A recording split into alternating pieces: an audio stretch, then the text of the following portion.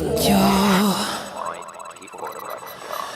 minden szavamat, és átkoz. Mert aki brancsoknak tagja, az ukászba kapja, hogy üssön, ha nem tartozol a párthoz.